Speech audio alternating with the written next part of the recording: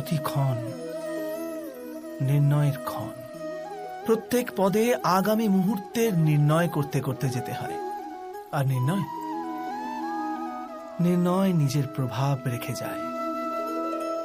আজকের নেওয়া নির্ণয় ভবিষ্যতের জন্য সুখ বা দুঃখ লিখে রেখে দেয়, না কেবল নিজের জন্য, নিজের পরিবারের জন্যেও, আগামী প্রজন্মের জন্য বটে।